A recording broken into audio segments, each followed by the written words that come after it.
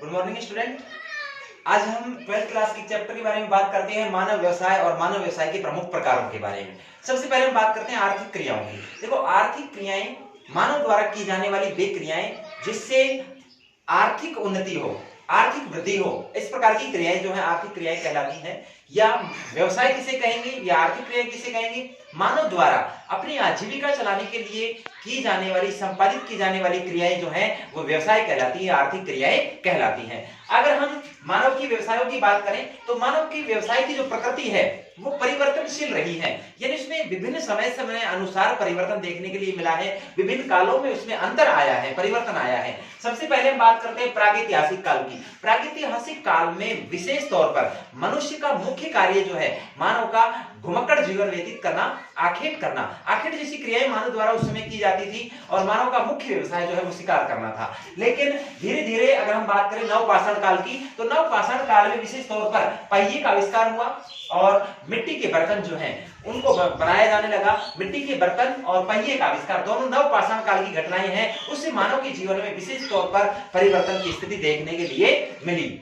इसके बाद हम बात करते हैं प्राचीन काल की। प्राचीन काल की अगर हम बात करें तो प्राचीन काल में कृषि और पशुपालन जैसे जो व्यवसाय हैं उनका विकास हुआ और उन दोनों के विकास होने के बाद मानव के जीवन में स्थायित्व जैसे कार्य विकसित हुए, स्थायित्व जैसे भाव आए, मानव का स्थायी जीवन मानव व्यतीत करने लगा। अगर उसके बाद हम बात करें इसी काल में विशेष तौर पर धातु का विकास हुआ। जैसे हम बात करें लोहे की बात करें, हम तांबे की बात करें, हम कांसे की बात करें, इन धातुओं का विकास हुआ और इन धातुओं के विकास के बाद ही अगर हम बात करें मिस्र के पिरामिडों की, तो मिस्र के पिरामिड जैसी संरचनाएं इस काल में निर्मित हुई जो एक विशेष तौर पर मतलब उत्कृष्ट कला के रूप में जिनको हम जान सकते हैं, ऐसे क्रियाकलापों का विकास हुआ विशेष तौर पर प्राचीन काल में। इसके बाद हम बात करते हैं मध्यकाल की। अगर हम मध्यकाल की बात करें तो 600 ईस्वी से और 1500 ईस्वी तक का जो काल है वो मध्यकाल में आता है। इस काल में विशेष तौर पर जागीरदारी और सामंतवादी प्रथाएं जो है वो प्रचलित हुई। इस काल में मानव ने कृषि क्षेत्र में उत्तरोत्तर विकास किया।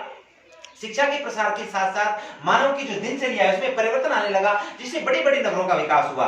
तो ये जो घटनाएं हैं वो इस काल की हैं, यानी मध्यकाल की हैं। इसके बाद हम बात करें आधुनिक काल की, तो 15वीं शताब्दी से लेकर वर्तमान तक का जो काल है वो आधुनिक काल की श्रेणी में आता है। इस काल में हम बात करें विशेष रूप से तकनीकी का विकास और मानव द्वारा विभिन्न प्रकार की खोज और नए नए आविष्कार किए गए। इन सभी का परिणाम स्वरूप मानव के व्यवसायों की जो प्रकृति है वो बदलने लगी और मानव प्राथमिक व्यवसाय की बजाय द्वितीय, तृतीय, चतुर्थ और पंचम प्रकार जैसे व्यवसाय जो है या इस प्रकार के जो क्रियाकलाप है उसमें मानव जो है वो संलग्न हुआ।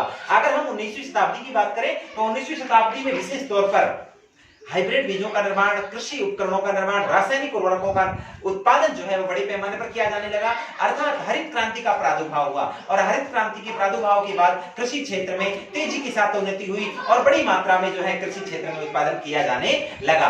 लेकिन उसके अलावा द्वितीय, तृतीय, चतुर्थ और पंचम प्रकार की क्रियाकलापों की उत्पत्ति जो है इस आधुनिक काल में मानी जाती है, जो 15वीं शताब्दी से वर्तमान समय तक की श्रेणी में आता है। अर्थात बात सारी ये हुई कि मानव के व्यवसायों की जो प्रकृति है प्रागैतिहासिक काल, प्राचीन काल, मध्यकाल और आधुनिक काल तक लगातार परिवर्तनशील रही है। समय अनुसार, काल अनुसार मानव के व्यवसायों का स्वरूप है वो परिवर्तित हुआ है। अब मानव के जो व्यवसाय है उनको हम 5 भाग में विभक्त करेंगे। इनकी डिटेल में आपसे नेक्स्ट क्लास में बात करता हूं। इस क्लास में इतना ही। धन्यवाद।